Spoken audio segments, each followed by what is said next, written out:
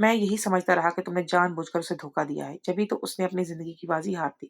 میں تم سے دوبارہ شادی کرنا چاہتا ہوں۔ میں نہیں چاہتا کہ تمہارے کردار پر کوئی داغ لگے۔ ہم نے پہلے بھی جو کیا وہ اپنے کردار کو بچانے کے لیے کیا، تو آج ایک بار پھر اپنے کردار کو بچانے کے لیے مجھ سے دوبارہ شادی کر لو۔ میں روتے ہوئے گھر کے دروازے تک پہنچ گئی تھی۔ عمران بھی وہیں چلا آیا، اسی بھی ساری بات کا علم تھا۔ وہ بھی مجھے سمجھانے لگا اور کہنے لگا کہ بھائی طارق بھائی سے بہت محبت کرتے تھے، اور بس اسی محبت نے ان سے یہ غلطی کروا دی کہ انہوں نے بنا سوچے سمجھے آپ کی زندگی خراب کر دی، لیکن اب انہیں ایک موقع دے دیں آپ۔ جبران میرے قدموں میں بیٹھ گیا۔ میں نے اپنے آپ کو مضبوط کیا اور اسے معاف کر دیا، کیونکہ میں واپس اپنے گھر لوٹ کر جانا نہیں چاہتی تھی۔ میرے گھر والوں کو طلاق کا پتہ چلتا تو میرے ابا صدمے سے مر جاتے۔ ہم جیسی لڑکیاں شاید یوں ہی اس معاشرے کے ہاتھوں مجبور رہتی ہیں۔ پہلے میں طارق کے ہاتھوں مجبور تھی، بلیک میل ہو رہی تھی، اپنے والد کا سوچ لے کر جبران کے ہاتھوں اب مجبور ہو گئی تھی۔ میرے شوہر نے میری ساس کے لوٹنے سے پہلے ہی دوبارہ مجھ سے نکاح کر لیا تھا۔ عمران اور میرے بیچ کے کوئی تعلق نہیں بنا تھا۔ وہ میرے لیے میرے بھائیوں جیسا تھا۔ اس نے بھی قسم اٹھائی تھی کہ وہ بات کبھی کسی کو نہیں بتائے گا، اور جبران نے بھی مجھ سے وعدہ کیا تھا کہ وہ ساری زندگی میری عزت کرے گا اور دوسروں سے بھی کروائے گا۔ پورے 15 دن بعد میری ساس لوٹ کر واپس آئی تو مجھے دیکھتے ہی میری ساس نے محبت سے کہا کہ اب لگ رہا ہے مجھے کہ تم بہت خوش ہو اور نئی شادی شدہ ہو، ہمیشہ ایسے ہی رہنا۔ مجھے اپنی ساس پر بہت ہی پیار آیا تھا، جنہوں نے شادی کے پہلے دن ہی مجھے اپنی بیٹی مان کر ہر بات اچھی طرح سمجھائی اور کوشش کی تھی کہ میں سمجھ جاؤں۔ آج میری اور جبران کی شادی کو 1 سال ہونے والا ہے۔ کوئی نہیں جانتا کہ میرا اور جبران کا 2 دفعہ نکاح ہوا ہے، لیکن یہ بات میں آپ لوگوں کو اس لیے بتا رہی ہوں کیونکہ معاشرے میں بہت سی لڑکیاں میرے جیسی ہوں گی۔ لڑکے ان کے پیچھے خود ہی پڑتے ہیں اور پھر ان کی عزت خراب کر کے نکل جاتے ہیں۔ ان لڑکوں کو تو شاید کوئی فرق نہیں پڑتا، لیکن ہم جیسی لڑکیاں ساری زندگی اس داغ کو اپنے دامن پر لیے زندگی گزارتی ہیں۔ اگر کوئی لڑکا ہماری کہانی پڑھ رہا ہے تو میں اس سے یہ گزارش کرتی ہوں کہ لڑکیوں کی زندگی اس طرح برباد کرنے کے بجائے اپنے گھر والوں کو بھیج دیجیے، رشتہ بھجوائیے، شادی کریں اور عزت سے ہم لڑکیوں کو اپنی زندگی میں شامل کر لیجیے، وگرنہ لڑکیوں کی زندگیوں میں اس طرح بدنما داغ بن کر نہ رہے کہ ساری زندگی وہ اس داغ کو مٹاتے مٹاتے خود ہی ختم ہو جائیں اور ان کا ضبط جواب دے جائیں۔ معاشرہ ان سے جینے کا حق چھین لیتا ہے، لہٰذا کچھ بھی کرنے سے پہلے نتائج کو سامنے رکھ لیا جائے تو زیادہ بہتر ہے۔